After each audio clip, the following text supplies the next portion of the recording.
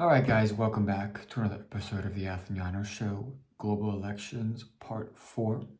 I'm going to try to keep this video kind of short, hopefully under 10 minutes, but today we are talking about the Dominican Republic, or the DR. The Dominican Republic is a country of approximately 11.5 million people in the Caribbean, and it's on an island called Hispaniola, which it shares with Haiti. And they are having a presidential election on May 19th. But if no one gets over 50%, then they will have a two-way runoff on June 30th. Now, the DR is a representative democracy, so much like the US. They have an executive, a legislative, and a judiciary branch.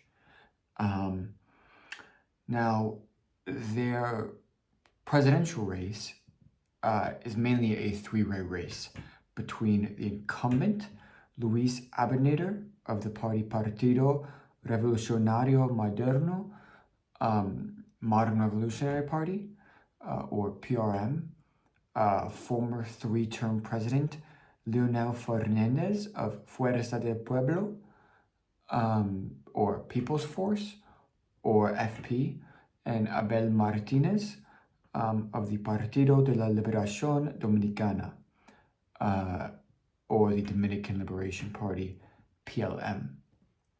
The PLM, the Dominican Liberation Party, is traditionally the largest party and the most powerful party in the DR. And prior to Abinader,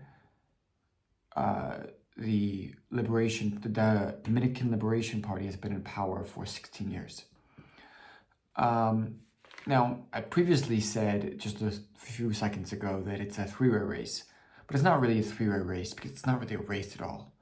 Luis Abinader, the incumbent, is largely the frontrunner. He is immensely popular within the DR. He has an approval rating around 70%.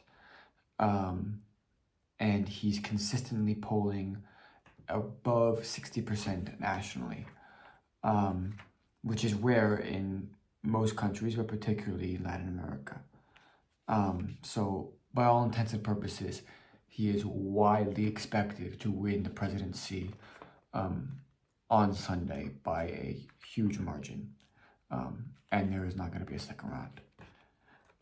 Now, Abinader initially campaigned on fighting corruption, strong economic growth, and keeping and maintaining a strong border with Haiti. During his presidency, which was from 2020 to 2024, in the DR you can't run for more than two consecutive terms. So even though the other guy, Leonel Fernandez, was president 3 times, he was only president for, consecutively once. So yes, he initially, Abinader, in his first term, campaigned on fighting corruption, strong economic growth, and a stronger border with Haiti. Much of the same this time around, and during his first term, he delivered on many of the promises he made. So according to transparency.org, a website that measures corruption around the world, the level of corruption has improved by 7 points since Abinader took office. And from an economic standpoint, the DR is now the second fastest growing economy in Latin America. Side note, by many people's eyes, he killed the COVID response by limiting COVID's effect on the Dominican Republic's tourism industry. So, for example, he left the country open to tourism during the pandemic, and he got the majority of his country vaccinated very quickly, which made the DR, in many people's eyes, a more attractive tourism destination.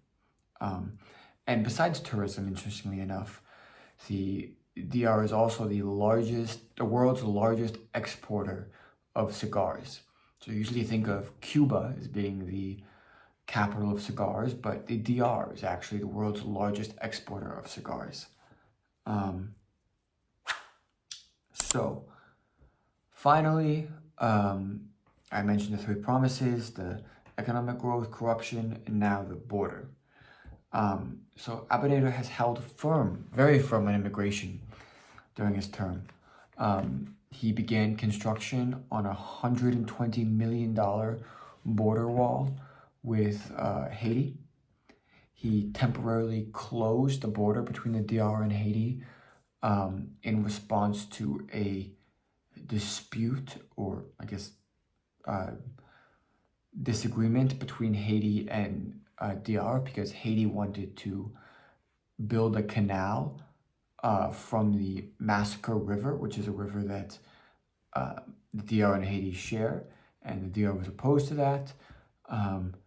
But Haiti said they're going to do it anyway, so the DR temporarily closed their border to Haiti in response.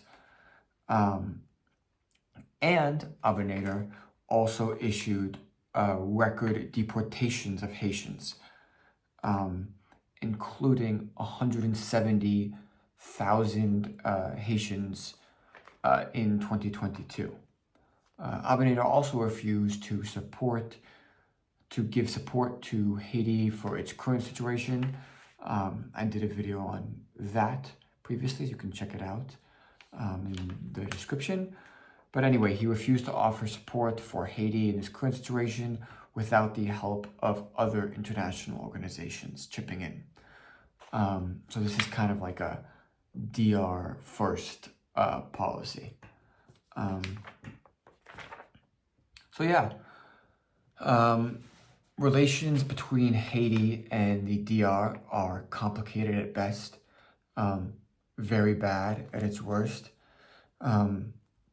But I'm not going to go into that further in this particular video, because to do it justice, I think I really need, first of all, more time to do more research into the matter, but also a separate video, because there's a lot to say. So I'm going to end this video here as promised. It is a short one. Expect Abinader to get a second term and continue doing much of the same that he did in his first presidency. So as always, hope you like this video. Thanks for listening. And if you are from the DR and have any insight, have any suggestions, or want to criticize me, want to say something that I said was correct, or any of the above, just say something. Put it in the comments.